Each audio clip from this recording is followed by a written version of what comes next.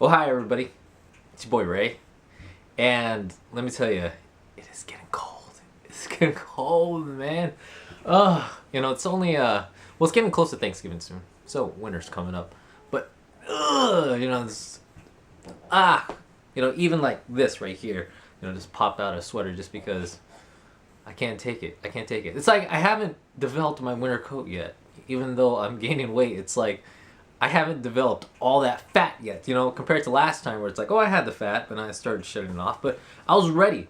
I was ready for it. Now I'm like, I'm suffering. I'm suffering. I'm recording this on a Sunday, so as you can see, I'm getting a little bit more lazier and lazier and lazier as the days go on. So yeah, no, it's I was looking at last week, and I figured there.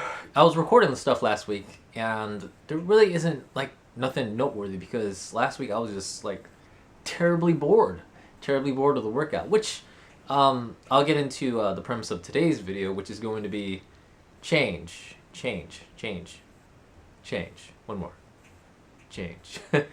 So yeah, last week I just stopped vlogging because it was boring. Like, even though some of the lifts were up, and yeah, some lifts were up either by a rep or two, and trying out some other things as well. It was, it's just my mentality right now is just like, I've been doing the same crap every week. That's how it is. And that was last week was the end of week 21, and today is the start of week 22. So I figured, today would be the good start of a good change. Now remember last time, one of the vlogs, week before, I don't remember. I was thinking about trying to do some progressive scheme or something, like try to work with like weight percentages, try to do something similar to Windler 531. I thought about that. But then I figured, with my training thus far on, both halves of the day with the power days and the light days, I think I've been trying to do too much, so that overtraining, overreaching kind of thing. I think, like literally, I think I've been kind of really diving into the overtraining stuff. So I now feel that limit of where I should kind of keep my volume and not do too much volume. So I'm starting to recognize that of it, and so now, looking back at the past couple weeks, and even looking back at some of the old logs that I had, maybe about long ass time ago, like pretty much when I started, my first prep, because it was funny because like one of my videos got flagged for music, and I was like, okay, cool, whatever. That means I just can't monetize my videos anymore. But I was watching that vlog, and it was a workout. It was a vlog that had workout clips, and I was kind of watching myself like, wow. So I used to do 185 for like 8 reps, but that's when I was like, it was one of the vlogs like way in the beginning, like I think it was like 50, vlog 50 or something like that. But anyways, I was looking back at how I was doing that workout. I was like, man, that was like old school fat. That was like the original way I did fat. So I was thinking, time for a change. So instead of doing like, well, keep doing what I'm doing right now, but let's kind of readjust the whole approach to my training right now, back to what originally fat was. And there are a lot of things about fat that I loved, and then there are some things that I started taking out and started kind of putting my own things into it. Like I'll link the article in the description, in the video description. But I used Lane Norton's basic beginner blueprint to the T for like maybe like 80% of my first prep before I switched to an upper lower split. And I felt like that was like the correct amount of volume. Like I was doing enough effort. And now that I reflected on that, and reflect on what I'm doing now, it's like maybe I could utilize that plan a lot better. Because like my mentality always in the past, you know, legs was always a struggle for me. Upper body, like bench press was always a struggle, but that was continuously improving. And back days just seemed easy, and you know, it's like I could always work hard on the back day.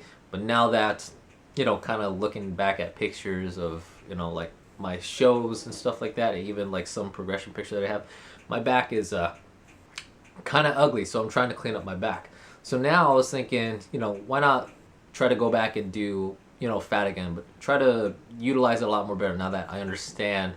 Um, I guess it's original intention, I should say.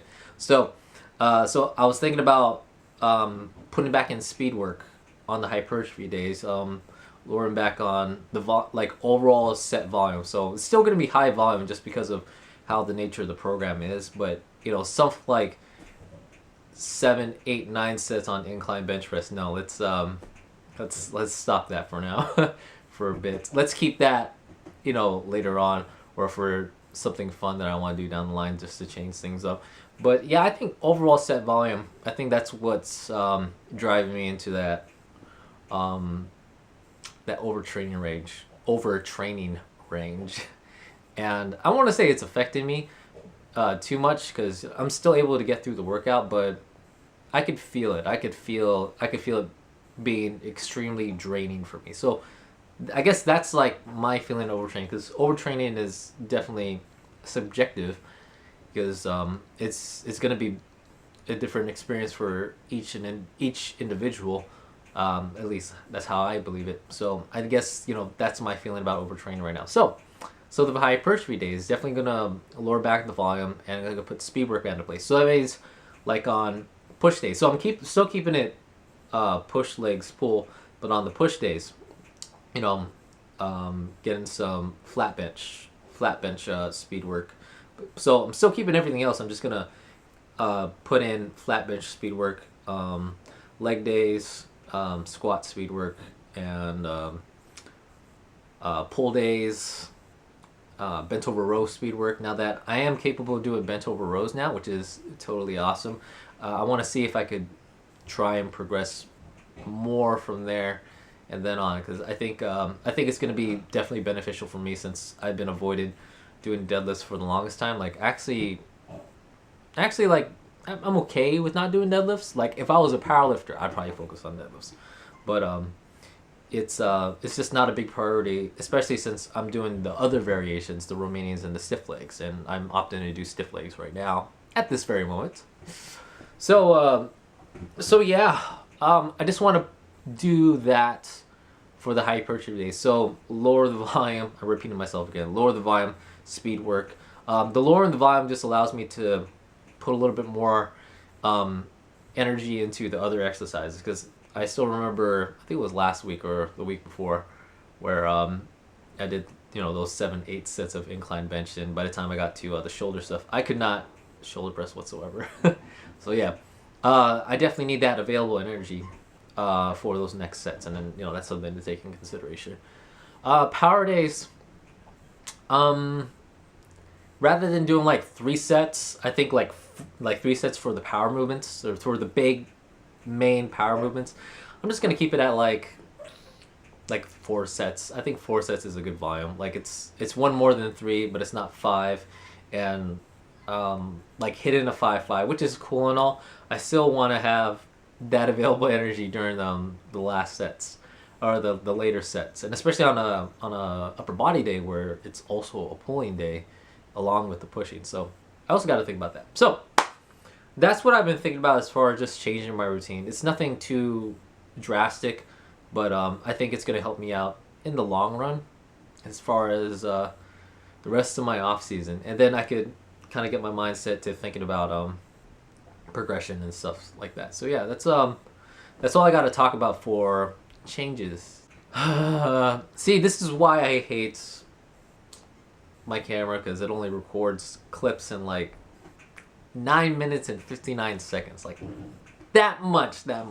So these are just slight changes, and it's good to kind of change the routine, you know, once in a while. And this change doesn't really deviate from like my plan of how I'm going about my my weekly training in the gym. So it doesn't change all that. It's just the approach.